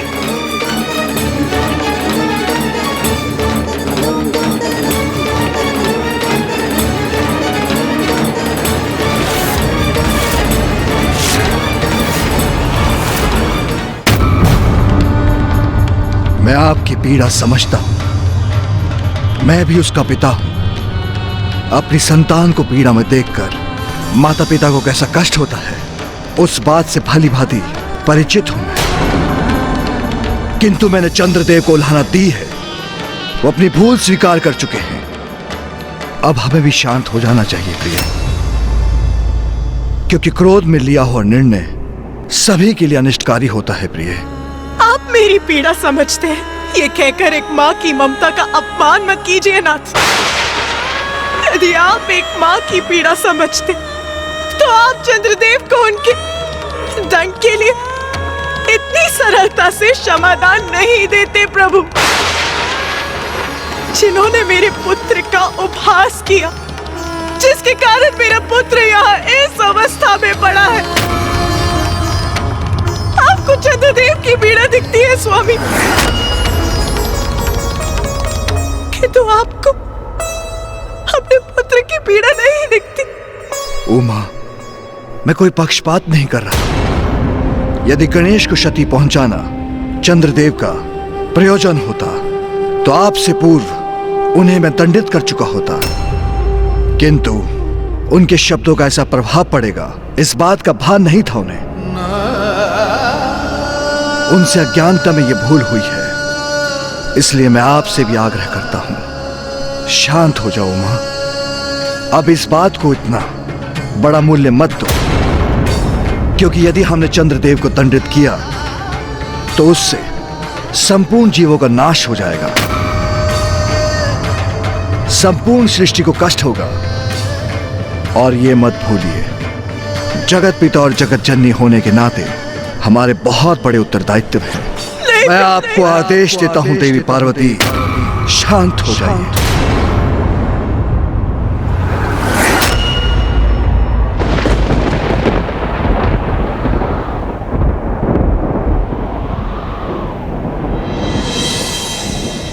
उचित है स्वामी।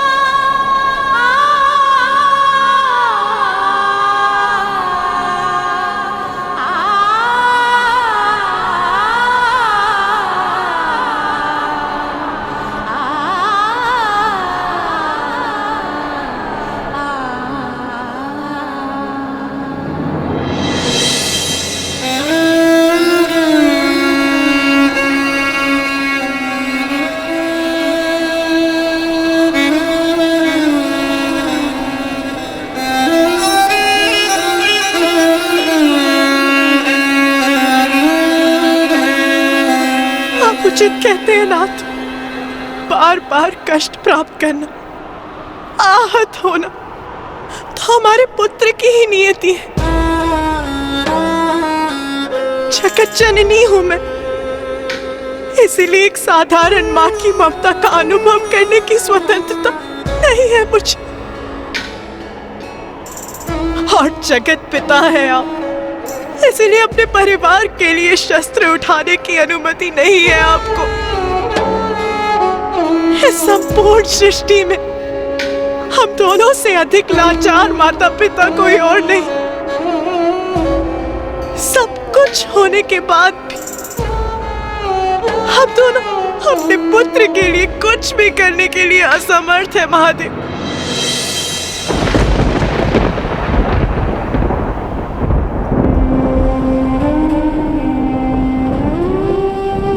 मेरा पुत्र यहाँ गिरा अपने जीवन के लिए संघर्ष कर रहा है और मैं शांत रहूं? नहीं प्रभु, मैं अपने दायित्व निभाने में असमर्थ।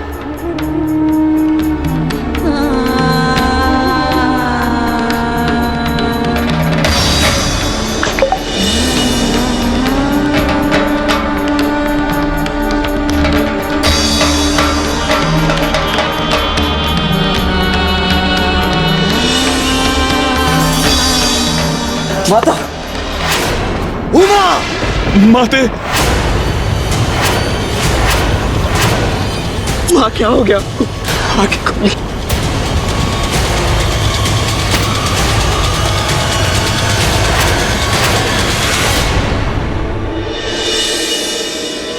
माँ,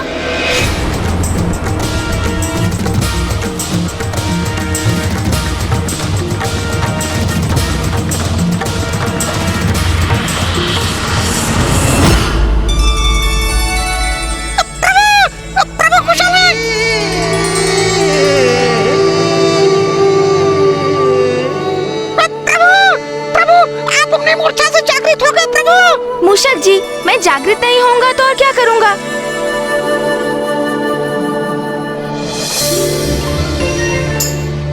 ये मोदक यहाँ वहाँ बिखर गए हैं। किंतु आपका उदर प्रभु। मेरा उदर फट गया तो क्या हुआ मूषक जी? मैं परम ब्रह्म महागणपति जी का ही तो अंश हूँ।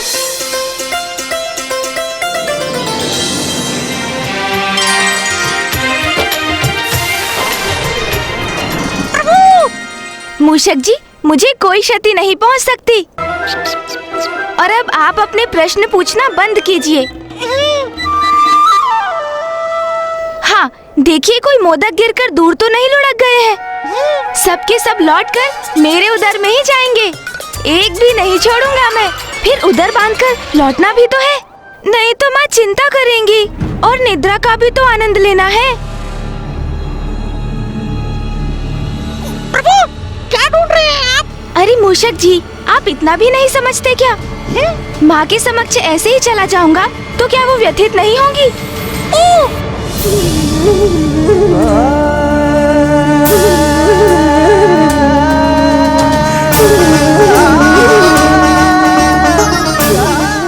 देवता हो या मानव, नियति सभी को विवश कर देती है, परंतु बुद्धिजीवी वही है जो हर परिस्थिति का सामना करने के लिए सदैव तैयार रहते हैं।